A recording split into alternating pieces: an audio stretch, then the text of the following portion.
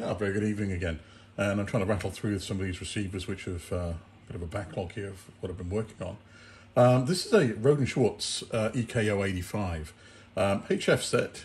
Will go down to 10 kilohertz, so it's classified as a VLF and HF receiver. I'll give you a quick demo of the VLF performance towards the end of the video. Probably, again, one of the last of the front panel user-drivable receivers, manufactured from I think the late 80s through into the 90s, and it's regarded quite highly in the marketplace. I was very fortunate this came up locally and was the right price, so I jumped in. But it's a nice receiver, obviously made by Rhode and Schwarz, and it's not unlike the Eddystone that I showed a couple of videos ago. It has a synthesized local oscillator, first IF of about 80 megs, second IF of 1.44 megahertz. So it tunes. I mean, the synth runs nominally, 40 odd megahertz to 70, 80 megahertz, and it gives you the first IF and then mixed down. I haven't got a schematic, so I can't work out what the front end is on this. It appears that there were two variants or options for the front end, one through a switched capacitor filter bank and one through a motor driving tunable pre-selector, which I guess would have been very similar to the Eddystone I had the other day. Okay, I'll just quickly go through the front panel. Obviously, meter on the left there gives you a number of functions. It's got obviously the RF signal strength. It has the audio level driven out the back onto the 600 ohms, and it has a switched multi-octave filter at the front end, and it gives it quite good selectivity. This one does not have the tunable. It has the multi-band, should we say, receiver switched in. Sorry, multi-band filter switched in. Anyway, one of the other neat features of this particular set is it actually has an FSK demodulator built into it. It also has a facsimile output drive, which is sort of an analog format. I guess there was a fax machine that it was intended to operate more closely with. Haven't used many fax machines post the receiver, so I'm not quite sure what that was all about. This particular set has the 6 crystal filters of 8, 6, 3.1, 1.5, I think it's 600 and then 300. It does go down to 100 hertz though, so I don't know why that makes it 7, but it's got the 6 crystal filters. In fact, the 3.1 is slightly wide for the single sideband, but it does, I guess, does what it was intended to do. So, meter, the indicator here gives you the bandwidth. If you go into CW and offset the BFO, you can see the BFO frequency, obviously the main dialed-in frequency you're receiving at, and on the right is a time. Now, this set I still need to refit a new battery. It has a 3.6 lithium battery in here, so that's off, and it just resets every time I switch it off and on. To the right of that, it's dark at the moment, but there's a channelization feature, which again a lot of these receivers had, all the Raycalls and even the Eddystone has it. You can save up to 99 channels, you can recall them, you can sweep between them, you can scan them. Very traditional sort of approach. In fact, what did surprise me is that it didn't have any form of quietening, any sort of squelch or syllabic squelch system on board this. In fact, for its status in the marketplace, it's a little bit clunky. That's my feeling. I don't know. It's how to drive it, but it's a little bit clunky. Anyway, so we've got the readout, got the meter, got the selections. Obviously, there's this is actually a rotary switch. Selects between the memory, the onboard memory, if it's programmed any memories in, manual tuning, or a channelization. So we're going to channel the channel button. Hopefully, won't come on. Let me have a look. Recall. No, it's not going to go for me today. Oh, it is channel. So the channelization button will come on, and go back to the manual. We'll go back to the manual. Oh, it's reset back to the 0. So again, I suspect that's because the battery is missing. So in that case, you'd need to enter the frequency again. There is a tuning function, 1 kilohertz speed rate, selectable 10, 100, and 1 kilohertz. It's a bit slow to wind all the way up from DC up to 1400, but anyway, here we are with this. Now, so just to recap, channel, manual, or memory. Filter switch, there's the dimmer on this one, as there's been on all the other receivers recently. And on board here, we have a selection of AM, LSB, upper sideband, CW fax, which I talked about before. Opt, that's an option. You can fit in various little options that can work on different modes and demods. There's 3 FSK bandwidths, so it's sort of narrow, medium, and wide. The polarity on this, because this has a built-in FSK detector or demodulator, you can actually change the polarity when you're receiving FSK between positive and negative, and hopefully get a good copy on your teleprinter. It actually has a teleprinter driving for the magnets in here, the 20 or 40 milliamp loop currents. You can manually drive the filters around in some of the modes, not all of them. So this is all to do with the modes. Again, very similar to the Raycals of the day, the 6890 that we were looking at the other day. Now just looking over to the 7, to the other side here, well, obviously a keyboard, and then we have all the sweep, channelization, scanning, some auxiliary functions. You can see there's a shift key and a number of highlighted, orangey looking secondary section switches, which can give you different features. Not really got into that. It's not something I've really need to use, to be frank. So just for primarily going through the bands right now, we're listening to 20. There was somebody on channel there a short while ago. Obviously I've talked too long, so we'll just select 1 kilohertz, see if there's anybody else around. Right, okay, so again, running off the loop today. Let's try and tune through the band, see if there's anybody. So I've got it to the 1 kilohertz.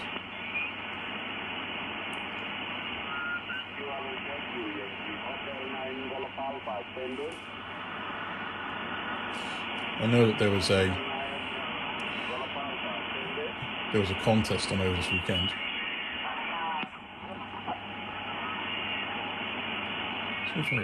On and it's just off the noise floor down a little bit. What brings you to Vanuatu?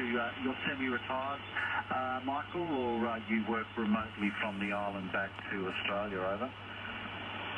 Yeah, no, I do. I work, you can work from anywhere. I do travel a fair bit for work, if you call it work. I'd say when people talk about retirement, I say, well... Nice recovered audio, slightly wider than we're probably used to with some of the ham receivers, where it's only 2.4, 2.6. But it's a nice audio.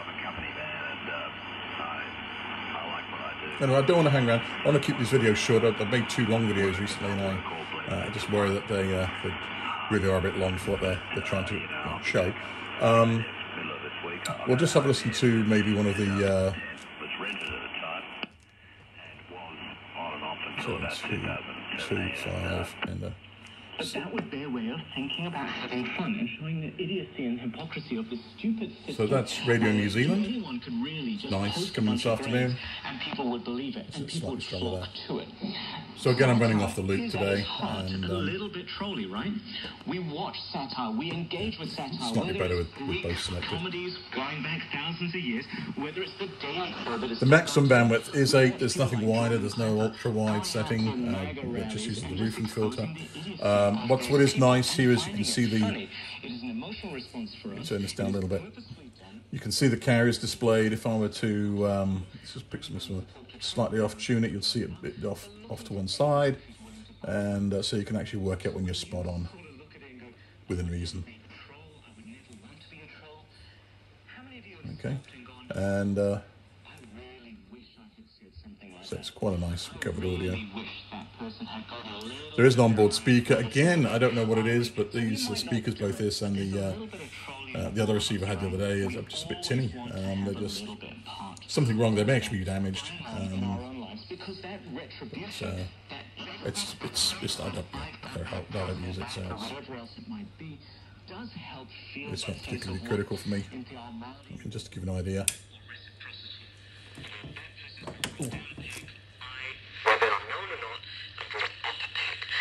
It's a bit.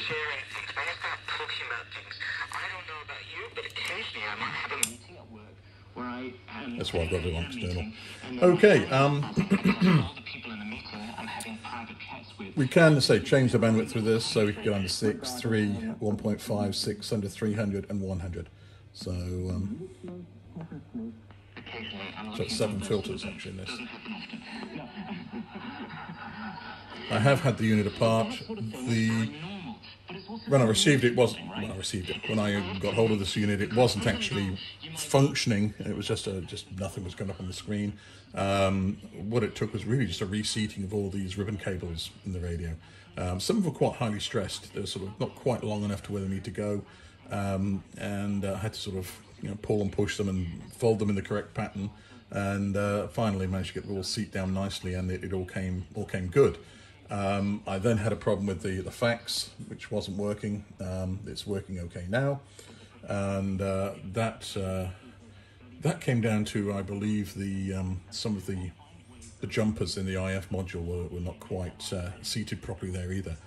Basically, I've taken it apart, taken out some of the modules, reseated things, just because I had the bad experience with the connectors, and it's all doing what it's supposed to do at this stage. So I'm quite happy with it.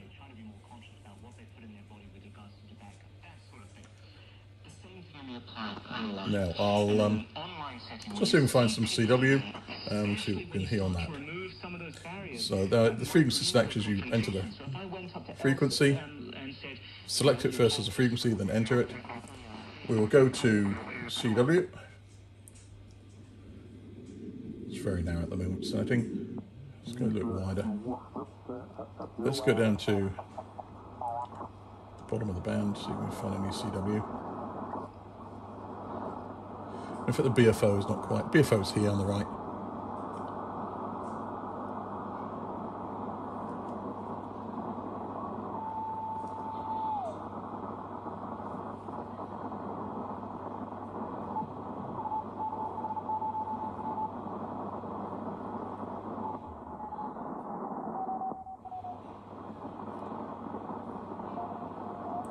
Not particularly strong.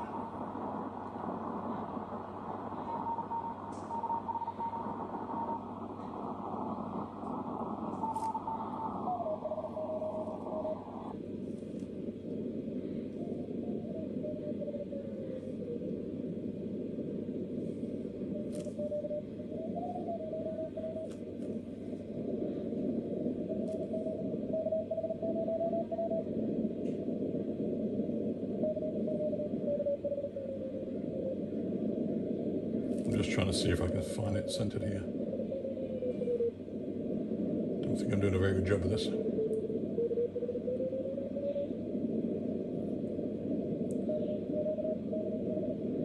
Let me just put it on pause and see if I can find a better signal. Here's a CW6, it's a bit weak, but we can narrow the band. Again, you can see the CW coming through on this.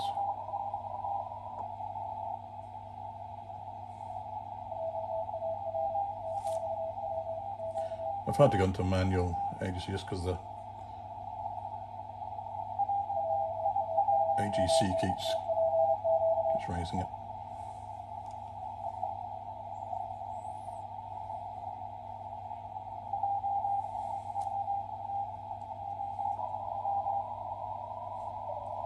So you can offset by plus 0.8 and let go.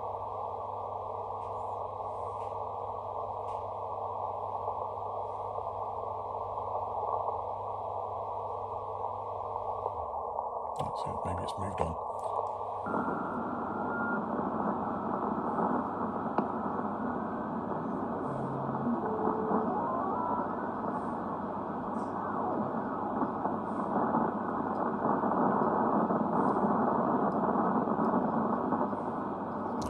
So this receiver is designed from 10 kilohertz right the way through to 30 megahertz.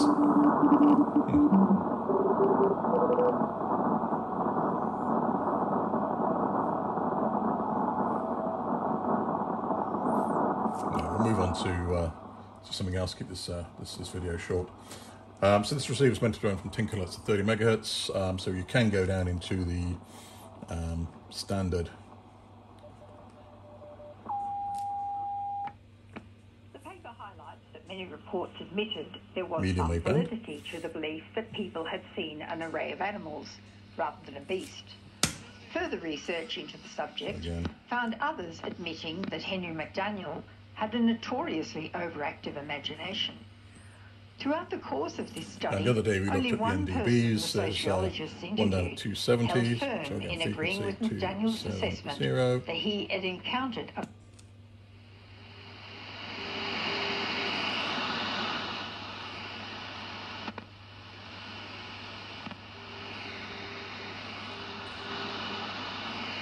Let me just tune this a little bit better.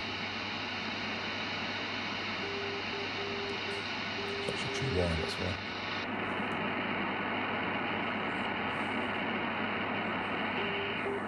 There we go.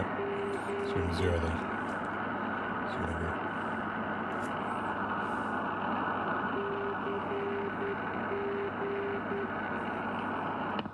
There it goes. It's better on the dual loop. So it's quite nice. It does do a good service all the way down. In fact, I'll just put it on pause and I'll put it to a VLF loop. It's not amplified, this loop, so it's a little bit weak, but it's interesting to see what you can get there.